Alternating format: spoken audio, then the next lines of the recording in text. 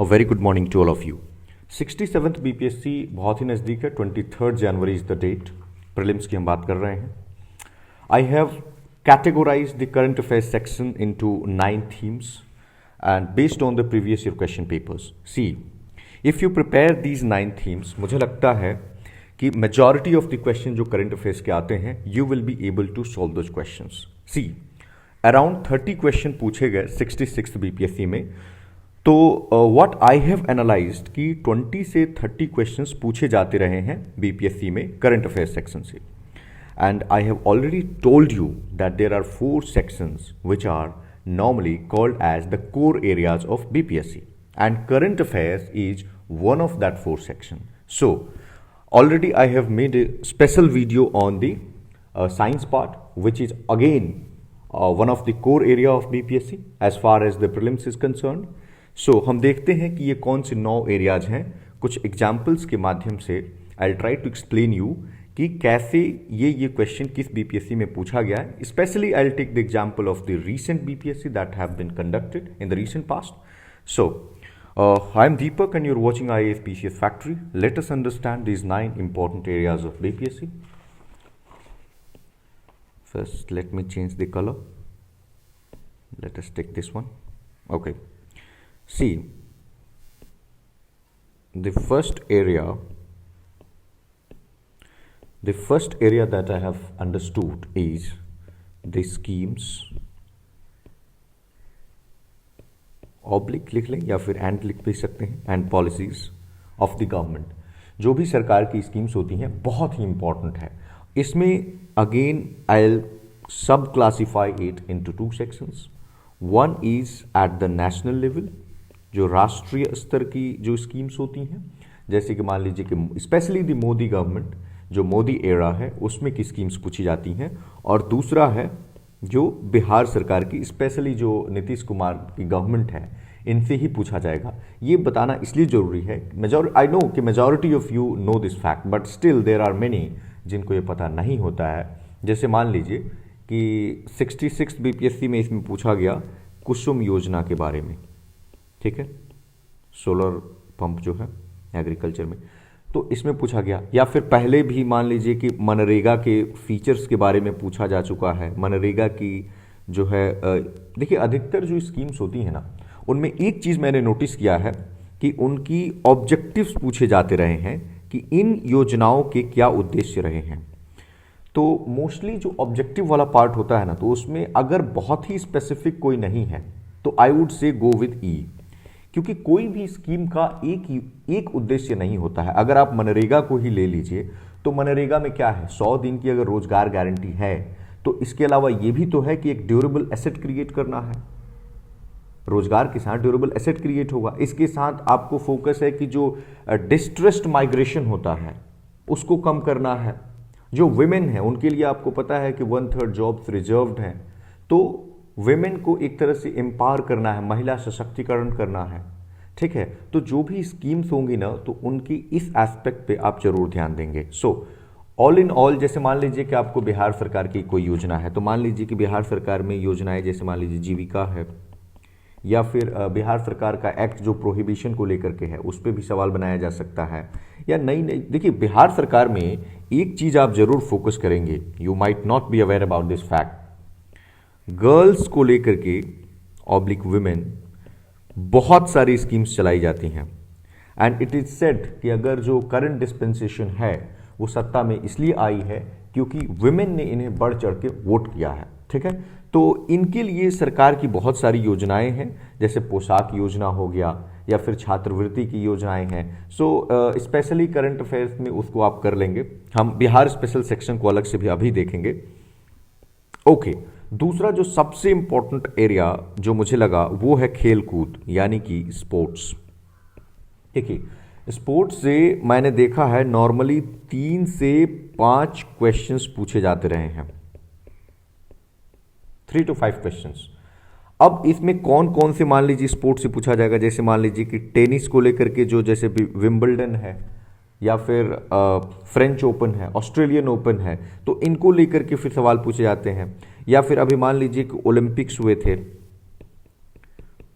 Para Olympics हैं, तो इसमें किसने क्या जीता, ठीक है। एशियाई खेल हैं, एशियन गेम्स, ये कुछ कोर एरियाज हैं जिन पे आप फोकस करेंगे, ठीक है। और जो नेक्स्ट इवेंट्स हैं, नेक्स्ट स्पोर्ट्स इवेंट, इन पे भी फोकस करेंगे कि वो कहाँ ऑर्गेनाइज किए जाएंगे। Okay, let us come to the third important area of BPSC. देखिए, पुरस्कार, प्राइजेस, इन पे बहुत ज़्यादा फोकस रहता है। अगेन यहाँ पे राष्ट्रीय स्तर के भी पुरस्कार पूछे जाते हैं, national as well as international. जैसे कि मान लीजिए कि इंटरनेशनल प्राइज में अगर आपने देखा होगा तो 66th बीपीएससी में पूछा गया नोबेल प्राइज इन पीस। तो ये किसको मिला था? World food programme.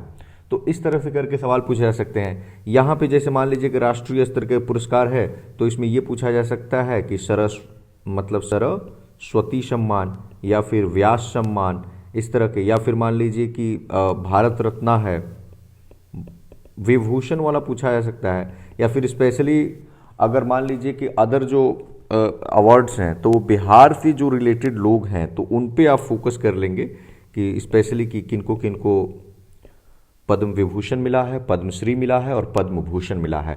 जो स्पेशली बिहार के लोग होंगे आप इनका एक लिस्ट तैयार कर लेंगे तो इससे आपका काम हो जाएगा। Okay, let us come to the fourth area. This is the summits and conferences, जो बैठक होती हैं। Again a very important area, summits and conferences. इससे औसतन मैंने देखा है कि 5 क्वेश्चंस पूछे जाते रहे हैं। जैसे कि मान लीजिए कौन से हैं, जैसे कि नॉन अलाइंग नैम है तो इसकी बैठक कहाँ पे हुई, जैसे अजरबैजान को लेकर के 65th बीपीएससी में पूछा भी गया था। ओके, देन है मान लीजिए G20 की बैठक, इसको लेकर के G7 की बैठक यूके में हुई थी, उसको लेकर के, या फिर एपेक है तो एपेक को लेकर के इनकी बैठक क्या है, और इनकी ना मेंबरशिप वगैरह को भी आप देख लेंगे, और अगली बैठक कहाँ पे होगी ये भी एक इंपॉर्टेंट एरिया हो जाता है। ओके, द फिफ्थ एरिया वो है दिवस, आप कहते होंगे days and themes. Very very important area. जैसे खास करके इनमें नॉर्मली मैंने देखा है ज़्यादा तो सवाल नहीं बनते हैं, बट 1 से 2 सवाल बन जाते हैं। और इसमें जैसे कि मान लीजिए कि खेल दिवस है, ठीक है, राष्ट्रीय खेल दिवस, तो ये 29 अगस्त को मनाया जाता है, ठीक है, ध्यानचंद जी जो रहे हैं उनके लिए। जैसे मान लीजिए इन्वायरमेंट डे है तो इन्वायरमेंट डे कब मनाया जाता है? 5 जून को। तो ये थीम भी पूछ सकता है, जैसे सारे चीज़ों का थीम नहीं पूछेगा, बट इन्वायरमेंट है इसका थीम जरूर पूछा जा सकता है। वाटर डे है इसका थीम जरूर पूछा जा सकता है। अर्थ डे है 22 अप्रैल, 22 मार्च, ये 22 मार्च हो गया और ये 22 अप्रैल हो गया, तो इनका थीम जरूर पूछा जा सकता है, ठीक है। तो इनकी खासकर थीम्स को भी जरूर आप याद कर लेंगे, ठीक है। Okay, 6th important area is books and authors. जो किताबें लिखी गई होती हैं, अपने ईपीएफओ में भी देखा था, दलाई लामा की बुक को पूछा गया था। ये बहुत सारी जो 1 लाइनर एग्जामिनेशंस होती हैं ना, उसमें 1 से 2 प्रश्न, आई हैव सीन कि 1 से 2 प्रश्न पूछे ही जाते रहे हैं बुक्स एंड ऑथर्स। और स्पेशली या तो बहुत ही चर्चित किताब है, वेरी पॉपुलर बुक, उसको पढ़ेंगे, या फिर रीसेंट जो करंट अफेयर्स में अभी बुक जो आपके करंट अफेयर्स की मैगजीन में छपेगी उसको पढ़ेंगे। Okay, the 7th area is joint exercises जो होती हैं, चाहे वो एयरफोर्स की हो, नेवी की हो, आर्मी की हो, या फिर जॉइंट एक्सरसाइज हो। जैसे कि अभी मान लीजिए कि चर्चा में है कॉर्पेट थाईलैंड, ठीक है, या फिर मान लीजिए कि युद्ध अभ्यास है। देखिए, ये कुछ एग्जाम्पल्स दे रहा हूं, आप ये नहीं समझेंगे कि सिर्फ इसी को पढ़ना है। I am citing similar kind of examples and you will read such and such things from your current affairs booklet, right. जैसे कि मान लीजिए मालाबार एक्सरसाइज है, मालाबार में कितने देश हैं ये आप देखेंगे, ठीक है। और 8वां जो इंपॉर्टेंट हमारा एरिया है वो है बिहार का करंट अफेयर्स। देखिए, हमने स्कीम्स तो ऊपर देख लिया, बट बिहार के करंट अफेयर्स से भी आई हैव सीन कि normally they have been asking 4 to 5 questions, 4 to 5 questions, right. अब इसमें what I will do, I will try to provide it on Telegram channel, जिसका लिंक नीचे है, या फिर आप टेलीग्राम पे जाकर के IAS PCS फैक्ट्री लिखिए, उसमें करीब 19,000 लोग जुड़े हुए हैं, आप उससे जुड़ जाइए। तो जैसे मान लीजिए कि पूछा था 65th बीपीएससी में, 65th बीपीएससी में पूछा मेला के बारे में। कौन से मेले के बारे में? तो मोतिहारी में कोई मेला लगता है, ठीक है, तो मेले के बारे में पूछा था इन्होंने। और इसके अलावा जैसे सोनपुर का भी मेला है तो उसके बारे में भी पूछा जा सकता है। उसके बाद बिहार सरकार की जो भी योजनाएं हैं, स्कीम्स, अगेन हमने ऊपर हालांकि इसको बता दिया है, बट वो भी आ जाएगा। और बिहार करंट अफेयर्स में मान लीजिए कोई नेशनल पार्क है या फिर वाइल्ड लाइफ सेंचुरी है, अगर ये चर्चा में है, रिसेंट में अगर इसमें कुछ घटनाएं घटती हैं तो उनसे भी करके सवाल पूछा जा सकता है।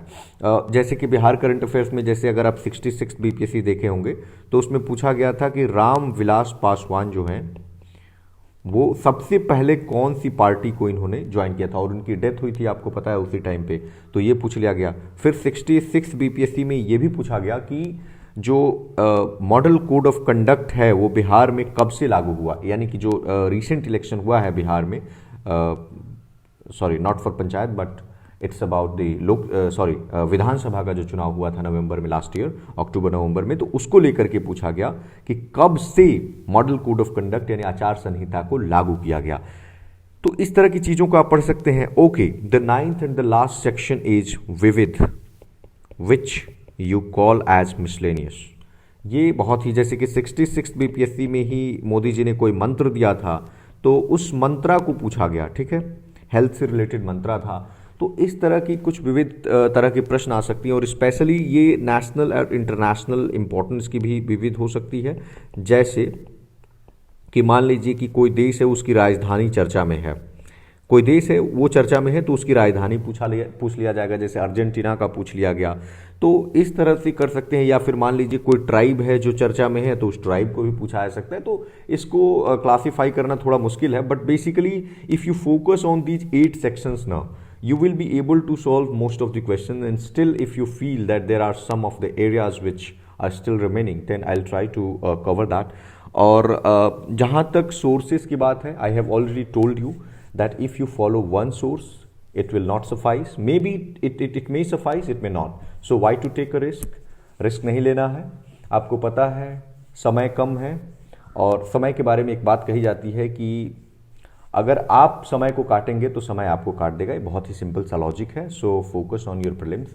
अच्छा, एक सवाल आपके मन में और आ सकता है कि क्या अभी सिर्फ प्रीलिम्स की पढ़ाई करें या मेंस की करें? आई वुड से अभी समय कम है, so you should mostly focus on the prelims, because competition बहुत हाई है और ऐसे में ओनली 10 टाइम्स लोगों को लिया जाता है, और उसमें भी अगर आप आना चाहते हैं तो आपको पता है 8 लाख पीपल ने फॉर्म भरा है। 8 लाख नहीं है, एक सीट पे 800 लोगों ने फॉर्म भरा है। तो आप समझ सकते हैं कि फाइनल लिस्ट में आने के लिए ईच कैंडिडेट को 799 को रिप्लेस करना है। तो it's not an easy task. मैं आपको डरा नहीं रहा, बट जो रियलिटी है उससे अवगत करा रहा हूं, और रियलिटी को जान करके देन अपनी प्लानिंग करना and then to execute that plan is a wise decision. Thank you very much.